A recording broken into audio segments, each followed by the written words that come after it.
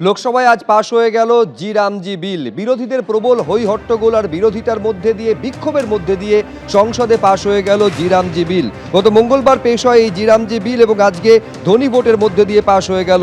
জি রামজি বিল পাশ হওয়ার পরই লোকসভা আজকে দিনের মতন মুলতুবি করে দেওয়া হয়। 100 দিনের কাজের প্রকল্প নিয়ে নতুন আইন আনছে কেন্দ্র সরকার। এদিকে বিল পেশের পরই ওয়েলে নেমে বিক্ষোভ দেখান বিরোধী সাংসদরা। মনরেগা এবং ন্যাশনাল হেরাল্ড ইস্যুতে সাংবাদিক বৈঠক করবে কংগ্রেস। দেশের 60টি শহরে সাংবাদিক বৈঠক করবে তারা। 19, 20 এবং 21শে ডিসেম্বর অনুষ্ঠিত হবে কংগ্রেসের এই সাংবাদিক বৈঠক। চোরের জেলা পরিষদে থাকবো না এই বলে ইস্তফা দিলেন মুর্শিদাবাদ জেলা পরিষদের সদস্য পদ থেকে শাহনাজ বেগম। শাহনাজ বেগম, যিনি তৃণমূলের টিকিটে নির্বাচিত মুর্শিদাবাদ জেলা পরিষদের সদস্য, একটা সময় জেলা পরিষদের সহ সভাধিপতিও ছিলেন, তিনি এই বলে ইস্তফা দিলেন সদস্য পদ থেকে। মুখ্যমন্ত্রী যখন জেলা সফর করছিলেন তখন সোশ্যাল মিডিয়ায় মুখও খুলেছিলেন তিনি। চোর জেলা পরিষদের একজন অংশীদার হয়ে থাকা আমার পক্ষে সম্ভব নয়, এই কথা বলছেন শাহনাজ বেগম। আপনাদের দেওয়া টার্ম পূরণ করার আগেই আমি সদস্য পদ ত্যাগ করতে বাধ্য হলাম, এই কথা বলছেন শাহনাজ বেগম। আমি কেন এই কথা তিনি বলছেন জানবো। রাজীব চৌধুরী আমাদের প্রতিনিধি রয়েছেন। রাজীব, খবর এটা নয় যে তিনি জেলা পরিষদের সদস্য পদ থেকে ইস্তফা দিচ্ছেন, তার থেকে মারাত্মক অভিযোগ তুলছেন একেবারে জেলা পরিষদের বিরুদ্ধে, এই বলে এটা চোরেদের জেলা পরিষদ। কেন তার এই ক্ষোভের কারণ? শুভ্রজিৎ, শাহনাজ বেগম বেশ কয়েক মাস থেকেই কিন্তু এই জেলা পরিষদ নিয়ে বিভিন্ন বেনিয়ম অনিয়ম নিয়ে কিন্তু সোচ্চার হচ্ছিলেন এবং সর্বশেষ মুখ্যমন্ত্রী আসার আগে তিনি যে মন্তব্য করেন এবং তারপরে তাকে জেলা পরিষদের যে হোয়াটসঅ্যাপ গ্রুপ রয়েছে সেখান থেকে তাকে সরিয়ে দেওয়া হয় এবং তারপরে তিনি সোশ্যাল মিডিয়ায় লিখতে শুরু করেন জেলা পরিষদের বিভিন্ন বেনিয়ম অনিয়ম নিয়ে এবং তারপরে তিনি তার অভিযোগ তিনি দলীয় স্তরেও সমস্ত ঘটনা দীর্ঘদিন ধরে জানিয়েছেন, কিন্তু কোনো ব্যবস্থা না হওয়ায় শেষ পর্যন্ত তিনি তার যে নির্বাচক মণ্ডলী তাদের সঙ্গে কথা বলেন এবং তার যে সতীর্থ রয়েছেন তাদের সঙ্গে কথা বলে তিনি সিদ্ধান্ত নেন যে জেলা পরিষদের সদস্য পদ থেকে তিনি ইস্তফা দেবেন এবং সেই মর্মে তিনি মালদার যে ডিভিশনাল কমিশনার রয়েছেন তার কাছে তিনি লিখিতভাবে তার ইস্তফাপত্র পাঠিয়ে দিয়েছেন। তবে শাহনাজ বেগম জানিয়েছেন তিনি জেলা পরিষদের সদস্য পদ থেকে ইস্তফা দিলেও সক্রিয় রাজনীতি থেকে তিনি কিন্তু অবসর নিচ্ছেন না, তিনি সক্রিয় রাজনীতি করবেন।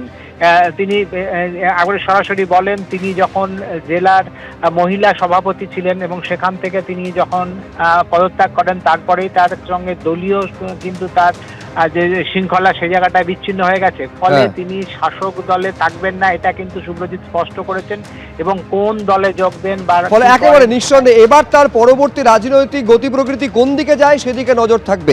আপাতত তোমায় ধন্যবাদ রাজীব। জেলা পরিষদের সদস্য পদ থেকে পদত্যাগ করার মূল কারণ হচ্ছে আপনারা জানেন অনেকটাই, বিভিন্ন সময়ে আমি বিভিন্নভাবে জেলা পরিষদের দুর্নীতি নিয়ে সরব হয়েছি, প্রশাসনিক বৈঠকে সরব হয়েছি, সর্বোচ্চ স্তরকে স্তর সর্বোচ্চ জায়গায় জানিয়েছি। কিন্তু আমার মনে হয়েছে যে জেলা পরিষদ এইগুলোকে প্রশ্রয় দিচ্ছে, মানে দুর্নীতি চুরি এগুলোকে যাদের আমি জানিয়েছি যারা দলের হর্তাকর্তা তারা প্রশ্রয় দিচ্ছে, মদত করছে। এবং আপনারা জানেন যে আমার এলাকায় আমি কখনো রিগিং করতে দিই না, আমি মানুষের ভোটে জিতি। স্বাভাবিকভাবে আমি তাদের সঙ্গে টানা বসার পর তারা আমাকে নির্দেশ দিয়েছে আমরাই আপনাকে ভোট দিয়ে জেলা পরিষদে পাঠিয়েছিলাম, কিন্তু চোর জেলা পরিষদের ভাগিদার হওয়ার জন্য আমরা আপনাকে পাঠাইনি। আমরাই যখন পাঠিয়েছি আমরাই বলছি চোরের এই জেলা পরিষদ থেকে আপনি রেজিগনেশন দিন। এখন জেলা থেকে রাজ্য প্রত্যেক নেতৃত্বই জানেন যে এই জেলা পরিষদ মুর্শিদাবাদ জেলা পরিষদ স্বচ্ছ একটা জেলা পরিষদ। এবার তিনি বলছেন তার ব্যক্তিগত জায়গা থেকে, কারণ হচ্ছে যে তিনি বিগত দিনে দায়িত্বে ছিলেন, এই বডিতে ওনাকে দায়িত্ব দেওয়া হয়নি। কেন দেওয়া হয়নি জেলার নেতারা সিনিয়র লিডাররা বলতে পারবেন, তো সেটা তার ব্যক্তিগত ব্যাপার, এটা নিয়ে আমাদের কোনো কিছু বলার নেই। আর দেখুন আরেকটা বিষয়, এই মুহূর্তে আমাদের প্রত্যেকেরই উচিত যে তৃণমূল কংগ্রেসের জন্য ঝাঁপিয়ে পড়া, আমাদের আগামী বিধানসভা নির্বাচনের জন্য এটাই আমাদের ইন্টেনশন।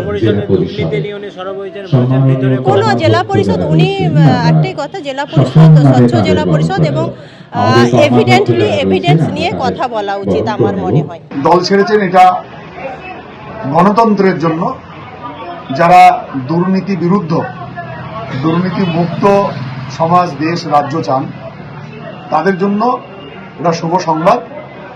আমি বরং বাকি সংখ্যালঘু সম্প্রদায়ের মানুষদের কাছে এটাই আহ্বান জানাবো যে শুধুমাত্র